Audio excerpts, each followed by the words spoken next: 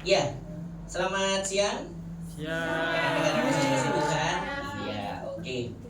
Pagi ini ketemu lagi sama Kak Yosi setelah sekian lama ya. Oke, hari ini Kak Yosi mau sedikit membahas tentang yang namanya tempat ibadah atau gereja. Nah, tapi lebih lagi Kak Yosi mau menyampaikan sejarahnya gereja itu kira-kira seperti apa gitu ya. Oke, sebentar tolong ditampilkan slide-nya. Nah, ini pernah dengar kata-kata sinagoga atau sinagog? Pernah ya? Kalau pernah dengar, apa yang ada dalam pikirannya teman-teman? Ayo, ada yang mau berikan sesuatu? Ayo Kak, gitu ya. Apa sinagog itu? Ada yang tahu nggak? Ada yang tahu? Nggak tahu ya? Cuman mendengar saja, tetapi tidak tahu. Oke, sekarang kalau gitu Kak Yesi mau kasih ini. Next Kak. Nah, ini.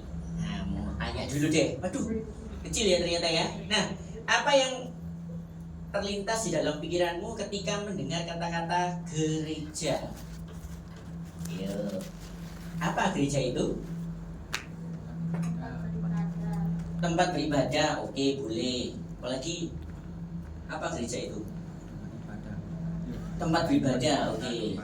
Apalagi? Kalau ibadah itu biasanya kita ngapain? Apa? Kak Dian? Kumpul, betul. Kalau mau ke gereja kita harus kumpul. Orangnya lebih dari satu. Kalau sendirian namanya kumpul enggak? Enggak. Kalau sendirian namanya me time.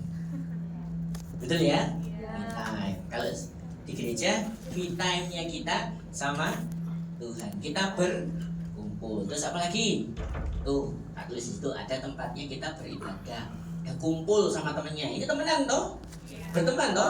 Antara Feli sama siapa namanya? Kayak sampai lupa. Tessa kan temenan. Ya, walaupun ada jedanya sama Pelangi tapi masih berteman. Karena Pelangi belum kenal. Nanti kalau saya kenal mungkin bisa dempet-dempetan. Ike sama Rahel mungkin belum terlalu kenal atau Ike nggak ada temennya. Jadi dempet-dempetan lah. Kalau yang cowok-cowok ini dempet-dempetan, wah kenal kabeh gitu ya. Kumpul sama temennya. Sama juga dengan Kak Kristi, nempel terus sama Kak Elvira gitu ya. Karena teman baik. Mungkin pernah tidur bareng atau pernah pergi bareng, kita nggak pernah tahu gitu ya. Oke. Terus ada lagi nggak? Apa di mana? Ngapain di gereja? Selain ibadah, kita kumpul. Ngapain lagi? Tiba-tiba langsung hening. Apalagi biasanya? Oke, kali ibadah kita apa? Puji Tuhan gitu ya. Terus kita dengerin firman Tuhan seperti sekarang ini, kita nyanyi-nyanyi gitu. Apalagi biasanya di gereja. Kalau kumpul-kumpul sama teman-temannya biasanya ngapain? Gibah. Oke. Jadi di gereja ada yang gibah juga. Boleh, enggak masalah. Kalau akar kata gibah itu berarti kita lagi ngapain? Kalau kita berdua gitu ngomong atau bertiga. Berkomunikasi. Oke, berkomunikasi pasti. Nggak mungkin kan komunikasi gitu, nggak mungkin. Minimal kalau kita gibah ngapain biasanya itu namanya diskusi. Bener kan? Diskusi. Kamu tahu nggak Elvira? Waduh. Kenapa? Itu loh Pelangi. Oh ya, kenapa Pelangi? Ya gitu deh. Jangan gitu doang. Terus gimana? Nanti tiba-tiba sih sobat ini Tessa sama datang. Kalian ketemu nggak? Iya, ketemunya di mana? Gereja. Tapi di sini tidak ada ya yang seperti itu ya, nggak ada yang ngaku maksudnya. Lanjut Kak, itu kumpul-kumpul teman. Nah, lebih penting lagi kita belajar firman Tuhan. Kayak siang hari ini kita belajar tentang gereja. Jadi sebenarnya sinagog itu, teman-teman, sinagog ini jadi gini, pelan-pelan ya kayak sih. Ketika orang Israel dia di padang gurun, mereka beribadahnya di mana? Tenda. Di tenda, betul Afiel, di tenda. Karena nggak punya tempat, pindah-pindah pakai tenda. Setelah orang Israel keluar dari tanah Mesir, mereka tiba di tanah mana namanya? Kanaan. Kanaan loh ya, bukan Kanaan loh ya, bukan Kanan. Kanaan. Kalau di Kanaan ngapain mereka? Bisa nggak mereka membuat tempat ibadah? Bisa akhirnya. Bikin yang namanya apa? Bait Allah. Bait Allah. Iya. Kopi pastel sama kayak bapaknya sama kayak anaknya. Iya, buah jatuh tidak jauh dari pasarnya. Jatuh dari pohonnya. Nah, pakai bikin bait Allah. Tahu nggak bait Allah itu seperti apa? Nggak tahu ya. Bait Allah itu besar, teman-teman. Jadi di sini di Surabaya mana yang kalian tahu gereja yang gede banget? Yang tahu nggak? HKY. Di mana? HKY. Oke, tahu HKY. Kak Jo ini karena sekolahnya di Katolik, jadi dia tahunya orang Katolik ya. Terus ada lagi yang tahu gereja yang besar di Surabaya di mana? HKBP. Tahu di Nginden ya, tadi Nginden ya besar kan? Ya kadang-kadang kita juga sering mendengarkan YouTube-nya, kita pelajari dan di Nginden. Nah, seperti itulah bait Allah sebenarnya. Jadi gede, besar banget. Kenapa kok Kak Isi bilang besar? Karena dia menampung seluruh orang Israel. Loh, Kak Isi berarti dulu orang Israelnya itu kalau ibadahnya bareng-bareng. Yes. Dulu orang Israel ibadahnya bareng-bareng.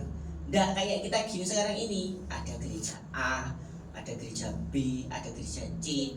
Merek gerejanya macam-macam. Kalau katanya Opa, gereja Betel Injil sepenuh. Ada yang penuh, ada yang tidak penuh katanya gitu. Atau yang lain gitu ya. Ini bukan menyinggung gereja ya, tetapi ada macam-macam gereja itu. Tapi waktu itu orang Israel tidak cuma tidak banyak, tetapi satu. Lah pertanyaannya, Daniel Kak Yosi, berarti lah rame.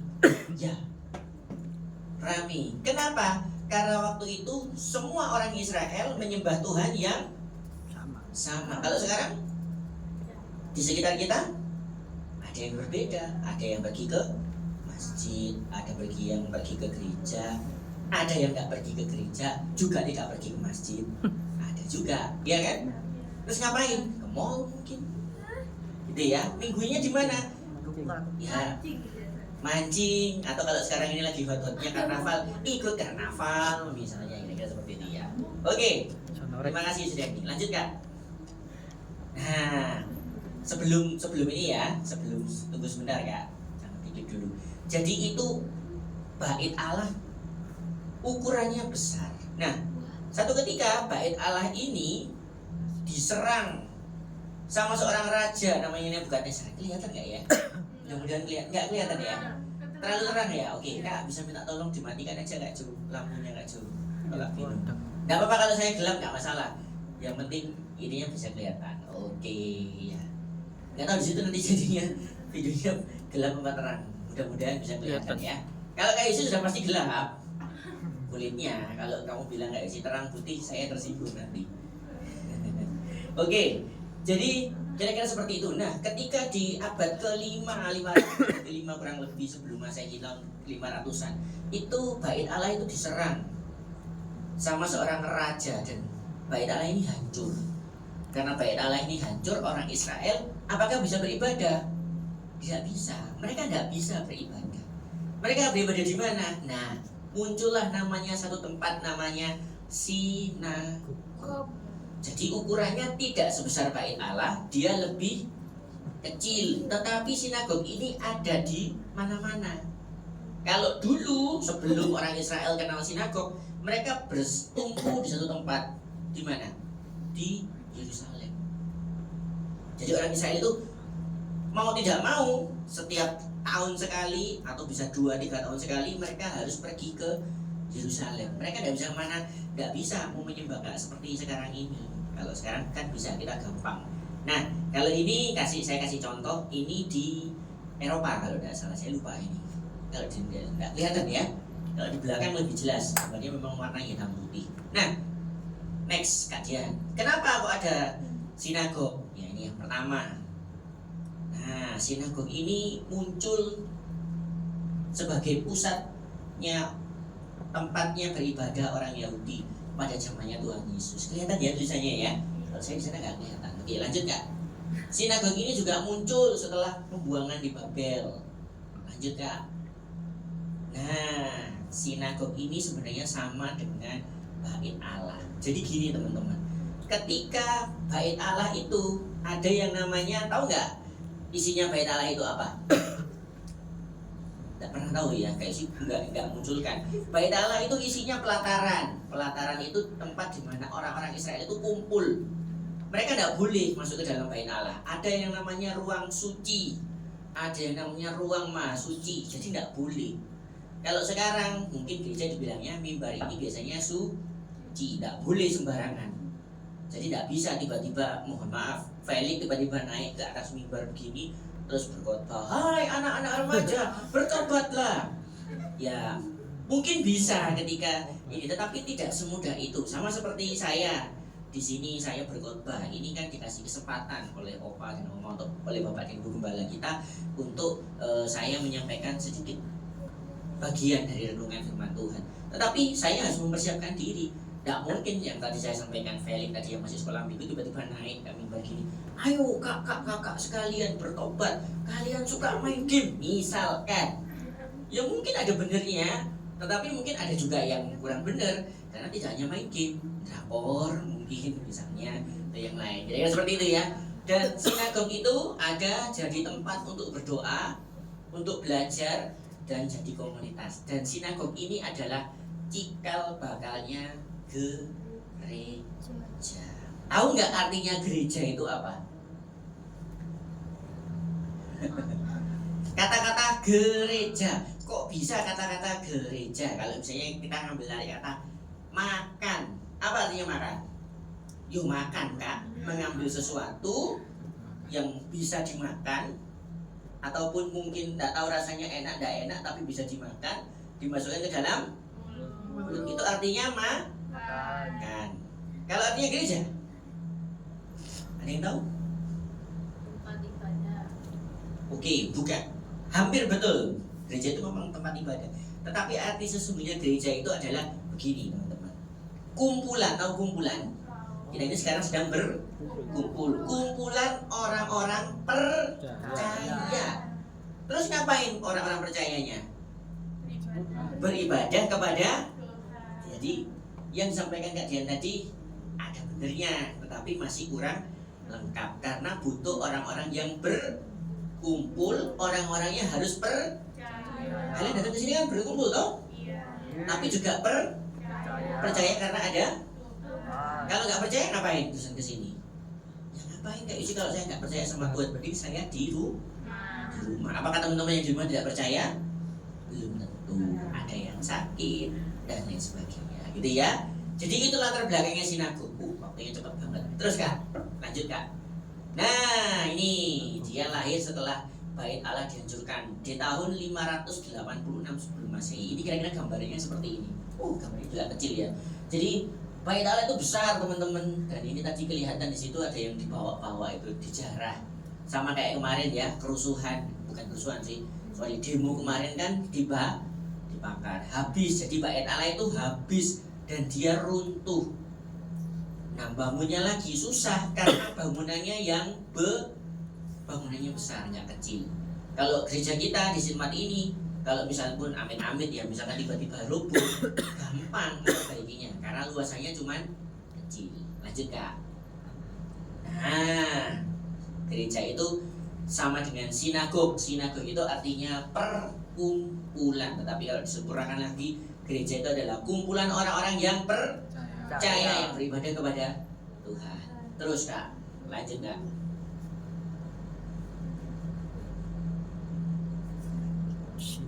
Bisa?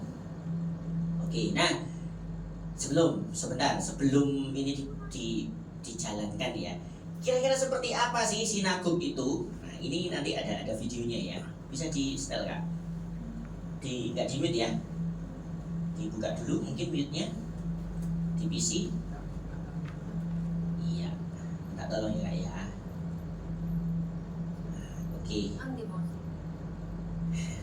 Mouse-nya, nah itu. Nah, oke. Coba diklik kak. Ya betul. Nggak kelihatan? Kak Bindu kelihatan? Bisa? Nah itu diklik aja, bisa. Nah diklik aja. Oke. Nah kira-kira seperti inilah. Di pause dulu kak, pakai spasi aja, spasi. Ya, ini kira-kira gambarannya tentang sinagog.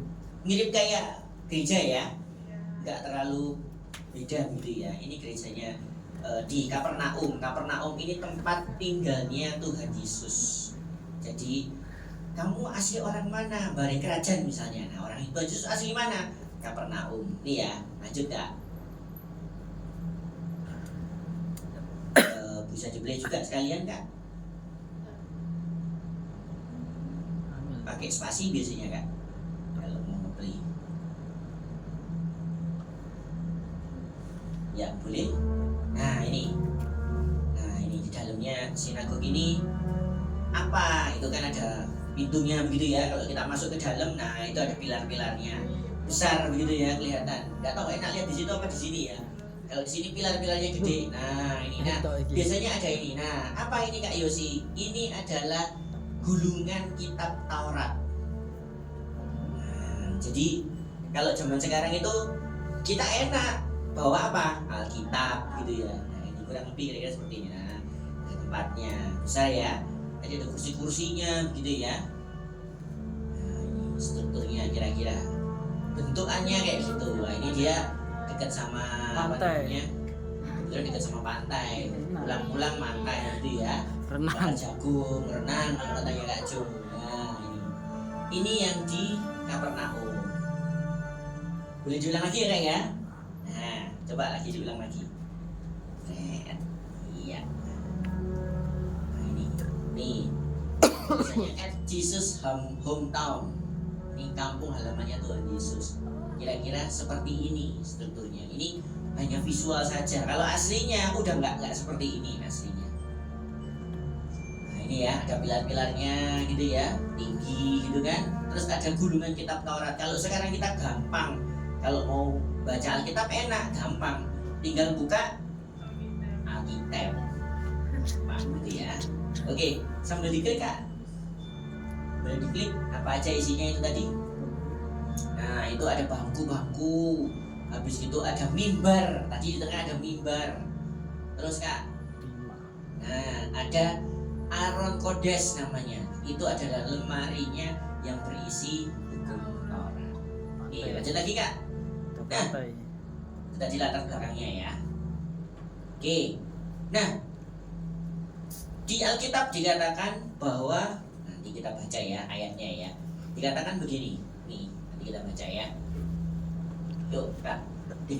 Nah, Tuhan Yesus ketika dalam pelayanannya, dia ada di Nazaret, dia membaca kitab Nabi Yesaya. Kita buka Lukas 4 ayat 16 sampai 21. Injil Lukas pasal yang keempat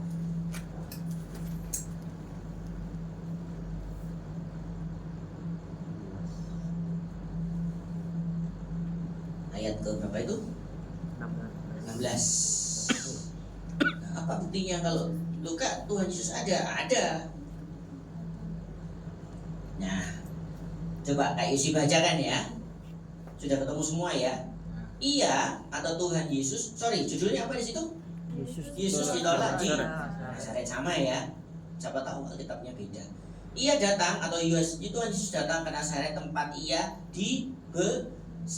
Nanya, kamu asli mana? Oh, aku asli Wonoayu misalnya, atau Bareng Kerajaan. Tapi ini bilang di sini, dia datang ke Nazaret, kotanya namanya Kapernaum, tempat ia dibesarkan. Dan menurut kebiasaannya pada hari Sabat, hari di mana orang Israel itu beribadah, ia masuk, kalau di bahasa Indonesia ini di situ ke rumah ibadat, tapi kalau bahasa aslinya itu ke sinagog. Lalu berdiri hendak membaca dari Alkitab. Jadi sama kayak tadi ya, dia datang, Tuhan Yesus datang tuh. Kira-kira gambarnya seperti itu, dia datang, dia masuk ke sinagog, dia ambil Tauratnya, ya toh, dia membaca dari Alkitab. Ayat 17, kepada Tuhan Yesus, orang yang memberikan itu diberikan kitab Nabi Yesaya, dan setelah dibukanya ia menemukan nas di mana ada tertulis, Roh Tuhan ada padaku, oleh sebab ia telah mengurapi aku untuk menyampaikan kabar baik kepada orang-orang miskin, dan ia telah mengutus aku. Bukan sebuah kebetulan. teman-teman, ketika Tuhan Yesus itu membuka gulungan kitab itu. Jadi yang dibuka adalah kitab Yesaya. Nabi Yesaya sudah pernah menubuatkan bahwa nanti akan datang yang namanya juru selamat, dan bukan sebuah kebetulan Tuhan Yesus itu membuka itu ya. Ayat yang ke-19, untuk memberikan pembebasan kepada orang-orang tawanan dan penglihatan bagi orang-orang buta, untuk membebaskan orang-orang yang tertindas, untuk memberitakan tahun rahmat Tuhan setelah datang. Ayat yang ke-20, nanti habis di ayat 21. Kemudian ia menutup kitab itu, memberikannya kembali kepada pejabat, lalu ngapain? Duduk, dan mata semua orang dalam rumah ibadat atau dalam sinagog itu tertuju kepadanya.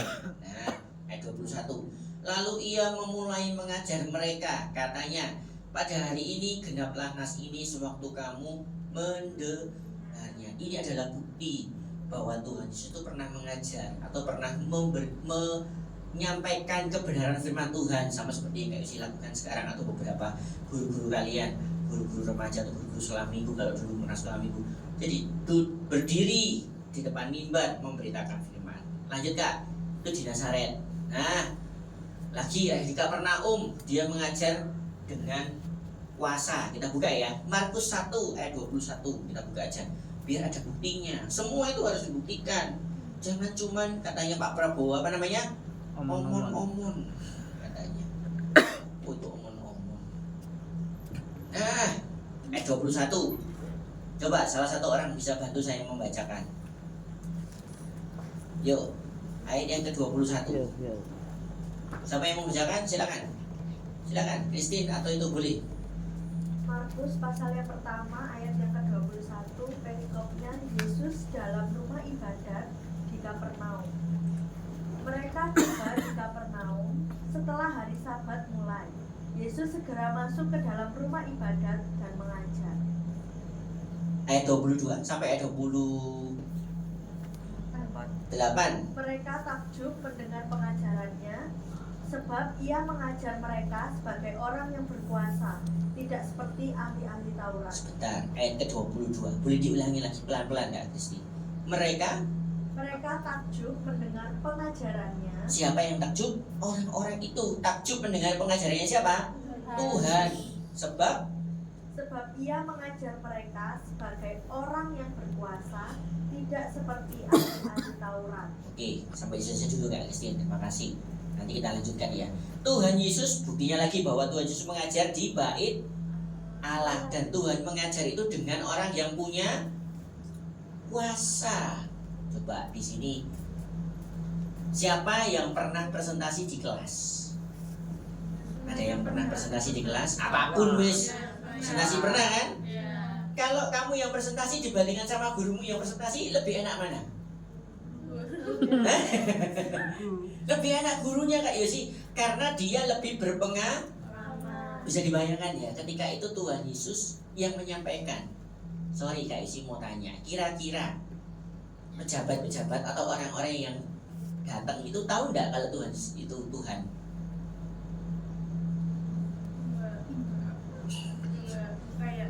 Kayaknya enggak. Memang pastinya tidak. Teman-teman harus memahami bahwa ketika Tuhan Yesus datang itu sama kayak gini loh. Mohon maaf ya, misalkan nih Rahel yang lagi duduk manis di belakang itu tiba-tiba dipakai sama Tuhan luar biasa. Tetapi yang kita tahu, misalnya ya tiba-tiba Rahel ini kita nanti ketika kita lagi berdoa nanti ya, berdoa syafaat, tiba-tiba Rahel itu langsung berdiri. Wahai teman-teman, misalkan contoh, ini ada Tuhan Yesus sudah datang, aku lo bisa melihat di situ, misalkan. Jangan main-main. Terus kalian tiba-tiba dibukakan matanya semua. Kelihatan. Oh iya Tuhan Yesus misalnya di pojokan sana misalkan. Misalkan ini contoh. Pernah menyangka nggak kalau Rahel bisa dipakai Tuhan seperti itu? Sama seperti ketika Tuhan Yesus datang ke dunia, tidak ada orang yang menyangka. Tetapi ketika kita lihat di situ, ketika Tuhan itu mengajar, ayat yang ke-22 kita baca sama-sama. 2, 3. Mereka takjub mendengar pengajarannya. Bagaimana orang-orang takjub? Berarti beneran luar biasa ya. Lanjut Kak, cepet banget. Kapernaum mengajar dengan puasa, dan Tuhan Yesus menyembuhkan di Lukas pasal 13, bisa kita baca. Nah, sinagog dipakai seperti yang tadi Kak Yosi bilang, dipakai untuk mengajar, dipakai untuk menyembuhkan. Ada yang pernah di gereja, datang ke gereja begitu sembuh, sakit, lagi gak enak badan. Ada yang mungkin sekarang ini lagi gak enak badan. Saya tahu siapa, Kiki juga lagi gak enak badan, makanya gak bisa pelayanan apa tadi, choir. Tadi gak bisa tanya, gimana sudah sembuh? Masih setengah sembuh Kak, berarti masih belum sembuh. Tapi kalau berdoa, kita yakin, kita percaya bisa disembuhkan sama Tuhan. Yang penting juga istirahat, ojo pulang gereja cek kelayapan berdoain nanti ya. Lanjut Kak. Nah, nih ini fotonya atau gambarnya tentang Rasul Paulus. Nah, Paulus ini kalau lihat nggak ya di situ ya? Lihat bajunya bagus ya? Iya. Bajunya bagus di situ ya, kelihatan. Di sini bajunya bagus. Paulus ini kalau kita ngomong sekarang itu adalah bangsawan sebenarnya teman-teman. Tahu bangsawan? Bangsa tani bukan, dia orang yang berada. Mungkin kalau zaman sekarang itu namanya mungkin loh ya, mungkin. Salah satu bagian dari Krisiris itu mungkin ya, mungkin. Tapi di Alkitab nggak ditulis dia kaya banget, enggak. Tetapi dia itu juga termasuk seorang bangsawan. Zaman dahulu bangsawan itu orang yang terpandang, berarti pendidikannya gini. Kalau ngomong ngati-hati kayak gini, Dul, awakmu toko ndi wingi? Enggak begitu. Enggak begitu dia gini. Selamat pagi, Pak. Kemarin habis dari mana? Saya ketemu Bapak di pasar. Nah, kalau kita, aku ingin toko di toko pasar, aku ketok ketemu kan gitu toh. Ini kalau bangsawan ya, seperti itu. Kata-katanya di toto. Ketika diinjek kakinya, mohon maaf Mas, kakinya nginjek kaki saya. Kalau kita enggak, nih Paulus kira-kira seperti itu ya. Dia di sinagog, kelihatan ya, itu ada gulungan di sini. Nah, ini ada gulungan. Ini gulungannya kitab Taurat. Kalau di situ nggak kelihatan ya, di belakang kelihatan. Oke, lanjut Kak. Ya, dia selalu mulai dari sinagoga ke diaspora. Tahu diaspora? Diaspora itu begini, bukan sporanya jamur, bukan. Diaspora itu gini. Bayangkan bangsa Israel, bisa bayangkan bangsa Israel tiba-tiba disuruh pergi sama Tuhan. Bukan disuruh pergi, sama Tuhan dibikin semburat. Tahu semburat apa ya? Semburat bahasa Indonesia ini apa ya? Pencar. Diacak-acak, kasihan banget diacak-acak. Pencar. Dipecah-pecah, ngerti ya? Ada yang bangsa Israel, ada yang disuruh pergi ke Inggris misalnya, ada yang ke Jerman, ada yang ke Rusia, ada yang ke Finlandia misalkan, ada yang ke Swiss. Ketika ke sana bahasanya sama enggak? Beda. Itu namanya diaspora, orang-orang yang dari dalam negeri dia pergi ke luar negeri untuk bekerja dan lain sebagainya. Terus sudah lupa kebiasaannya di Indonesia, lupa juga bahasanya Indonesia. Nah, itu namanya orang yang diaspora. Nah, Paulus ini ngajar. Kebetulan Paulus ini juga menguasai beberapa bahasa. Kebetulan juga, bukan kebetulan. Paulus ini juga seorang Roma, dia seorang bangsawan. Lanjut Kak. Di sinagoga ini adalah titik awal mengabarkan Injil. Masih ingat artinya Injil apa? Kabar gembira. Kabar apa ya? Perjanjian baru. Oke, kabar gembira. Oke, hampir betul. Injil itu artinya kabar sukacita. Kalau sukacita udah pasti Undangan. gembira, nggak ada sukacita. Aku bersukacita hari ini Kak Yosi. Nggak ada. Sukacita itu pasti gembira. Terus Kak. Nah, terus Kak Yosi, kenapa? Ngapain Kak Yosi terus khotbah cerita tentang ini? Apa relevansinya bagi kami remaja? Nih, saya mau kasih. Nah, nih. Sinagoga itu sama dengan gereja. Gereja itu komunitas iman. Lihat gambarnya. Itu orang-orang yang sedang beribadah. Mereka sedang berdoa. Ya, lanjut nggak? Gereja remaja yang sekarang ini harusnya juga begitu. Kalian harus belajar firman, berdoa bersama, bertumbuh bersama. Tulisannya kecil ya. Mohon maaf ya, kayak si tadi Kelihatannya besar soalnya di PPT, ternyata kecil, mohon maaf ya. Jadi bertumbuh itu yang paling penting. Kak Yosi, kalau saya cuma begini-begini saja, datang terus ke gereja, habis itu nggak ngapa-ngapain, nggak pelayanan, habis itu ya sudahlah saya duduk, kira-kira bisa bertumbuh nggak? Kalian tidak hanya berdoa, tidak hanya memuji Tuhan. Saya suka, saya bahasanya Bapak Gembala, angkat topi walaupun saya tidak pakai topi, yang melayani di mimbar tadi, wah semangat, lompat saya gini toh. Mudah-mudahan nanti habis lompat-lompat Pak Yai apa jenenge Firman gak ngantuk. Saya kok ngantuk. Habis tenaganya lompat-lompat di depan tadi, lompat-lompat yang di sini juga lompat-lompat. Wah, musiknya seneng. Saya puji Tuhan hari ini seneng, nggak tahu ada angin apa yang tadi, angin barat atau angin timur. Enak tadi Kak Bina juga. Wah, semangat. Jeduk. Wah. Wis. Tapi lihatlah habis sudah jeduk rodok ngantuk bisa kesel ya. Nggak apa ya Kak Bina ya. Nah, seperti itu tempatnya kita teman-teman. Coba saya mau tanya, yang sudah melayani, gampang tidak mengatur waktu untuk melayani? Hah? Susah ya? Kiki langsung didatangi, wah susah. Susah, tidak mudah. Ya toh, ngatur jadwal, tanya temennya. Apa? Rek, atau coba yo misalnya Elvira nek tanya sama Besti, Kak, kamu besok tugas ini ya, aku nggak bisa pastinya. Oh enak aja, aku minggu kemarin sudah nganteni kamu. Kira-kira seperti itu. Susah nggak? Susah koordinasi. Atau akhirnya tanya, tanya dulu ke Kak Sopo ini. Nah, kamu mesti coba sini sampai lali aku. Kak Feli, mohon maaf, aku nggak bisa. Ganti tanya lagi ke Sopo jenenge Tessa. Nggak bisa, akhirnya yo nggak jadi, mau balik mana? Ya wis, aku nggak jadi izin wis. Aku tetap tak ibadah, aku tetap tak pelayanan. Kira-kira seperti itu. Ada yang pernah seperti itu? Bisa jadi. Bisa jadi. Oh sering, semangat banget ini ya, kakak-kakak ini ya. Tapi disitulah kita bisa bertumbuh, bisa ngerti caranya koordinasi yang baik, betul ya? Coba kalau kita nggak seperti itu, bisa nggak kita koordinasi tiba-tiba? Nggak bisa. Itu di mana tempat kita bertumbuh. Bisa nggak kita mengatur waktu? Ketika kita melayani Tuhan, ketika terlibat dalam gereja, itu membuat kita bisa menjadi bertumbuh, mengatur waktu yang baik, disiplin waktu. Biasa nih, nun sewu ya, datang sekolah terlambat. Di gereja, puji Tuhan, tidak pernah tidak terlambat, maksudnya nggak sih?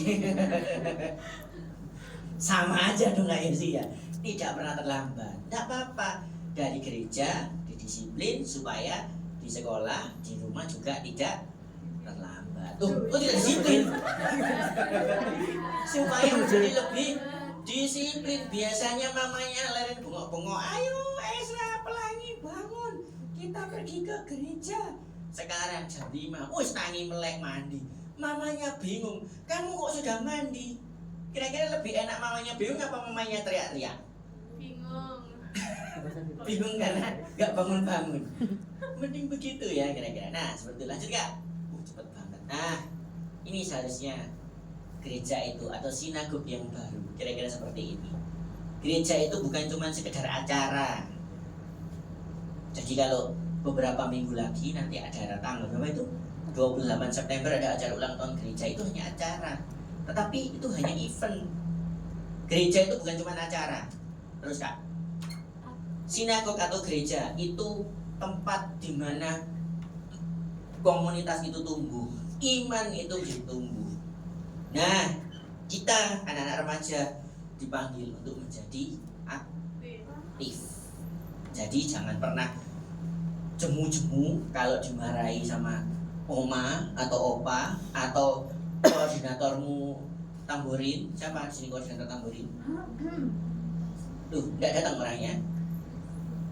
Gini-gini tuh bisa ya. Oh, Kak Christine. Koordinator choir, siapa koordinatornya choir? Elvira. Pantesan kok ini. Terus ada koordinatornya musik, misalnya sama Kak Yosi, Kak Tara dan sebagainya. Seperti itu. Terus Kak, lanjut lagi Kak. Nah, ini pertanyaannya buat kalian. Sekarang ini refleksi. Apa artinya gereja buat kamu? Apakah hanya tempat untuk beribadah? Apakah hanya tempat untuk memuji Tuhan? Saya nggak tahu. Kalian nanti yang bisa menjawab ya. Terus, bagaimana caranya bisa lebih aktif?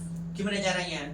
Kalian sendiri yang bisa menjawab. KFC hanya memberikan sedikit masukan gitu ya. Terus, nah sebagai penutup khotbah ini, coba kita buka sama-sama Ibrani pasal 10 ayat 24 sampai 25. Kok yang dilalah tadi firmannya Bapak Gembala juga sama begitu ya? Ya puji Tuhan masih nyambung ya. Ibrani pasal yang ke-10 ayat yang ke-24 sampai 25.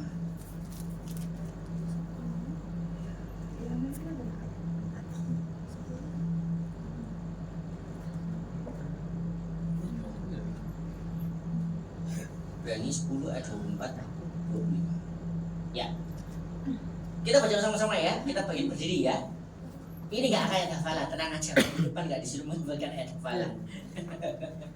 Penutup, kita baca sama-sama. Ibrani pasal yang ke-10 ayat yang ke-24 sampai 25. 2, 3. Dan marilah kita saling memperhatikan supaya kita saling mendorong dalam kasih dan dalam pekerjaan baik. Janganlah kita menjauhkan diri dari pertemuan-pertemuan ibadah kita seperti dibiasakan oleh beberapa orang, tetapi marilah kita saling menasihati dan semakin giat melakukannya menjelang hari Tuhan yang dekat. Amin. Ya, ke depan ayat hafalannya. Ya, ayat 24. Marilah kita saling apa? Memperhatikan supaya kita saling mendorong dalam kasih. Kayak istilahnya saling mendorong dalam kasih. Orang kalau mendorong tuh biasanya gimana? Ya. Tapi kalau dalam kasih, apakah kita mendorong seperti itu? Tidak. Pelan-pelan sampai jatuh. Kita mendorong dalam kasih, artinya kita menyemangati orang lain. Yang kedua ayat 25, janganlah menjauhkan diri dari pertemuan-pertemuan ibadah kita seperti dibiasakan oleh beberapa orang. Jadi kalau ada anak-anak, kalau ada teman-teman remaja yang nggak datang itu biasa nggak? Biasa, itu biasa. Ada. Bayangkan firman Tuhan itu dari zaman dulu. Tetapi dia sudah bilang, ada orang-orang yang biasa tidak datang ke gereja. Tapi jangan beda ya. Biasa sama dibiasakan beda ya. Ya, oke. Itu yang bisa saya sampaikan. Mari kita bersama-sama berdoa. Bersatu hati. Bapa di surga, kami ucap syukur dan terima kasih buat siang hari ini.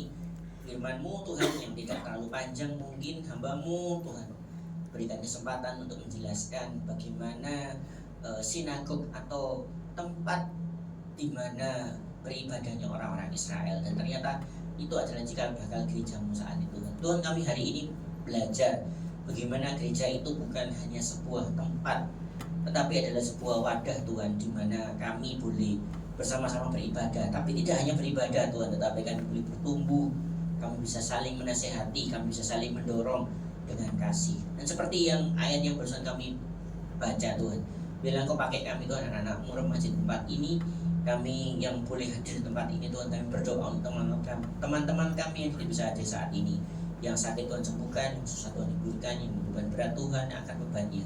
Mereka yang bepergian karena satu dan lain hal sehingga tidak bisa beribadah, Tuhan tetap melindungi, Tuhan tetap menyertai, supaya minggu depan boleh bersama-sama dengan kami berkumpul di tempat ini untuk memuji dan memuliakan Tuhan, nama Tuhan bersama-sama seperti kami pada hari ini Tuhan. Terima kasih Tuhan, dan berdoa untuk masing-masing di antara kami Tuhan. Kami yang ada yang berkuliah, Tuhan berkati kuliah kami, yang bersekolah SMP, SMA, Tuhan berkati sekolah kami. Tuhan memberkati tempat di mana kami bersekolah. Tuhan, hamba-Mu berdoa untuk anak-anak remaja. Tuhan memberkati teman-temannya, rekan-rekannya di sekolah, baik di kampus Tuhan. Tuhan berikan juga kepada guru-guru dan Bapak Ibu dosen yang mengajar. Tuhan berikan kepada mereka, anak-anak tempat ini, anak remaja tempat ini. Tuhan berikan kepada mereka orang-orang yang takut akan Tuhan, orang-orang yang tidak suka bully Tuhan, tidak suka. Mungkin ada di antara teman-teman kami yang mungkin suka bully kami karena kami berbeda, tetapi kami percaya Tuhan pakai mereka untuk menguatkan kami Tuhan.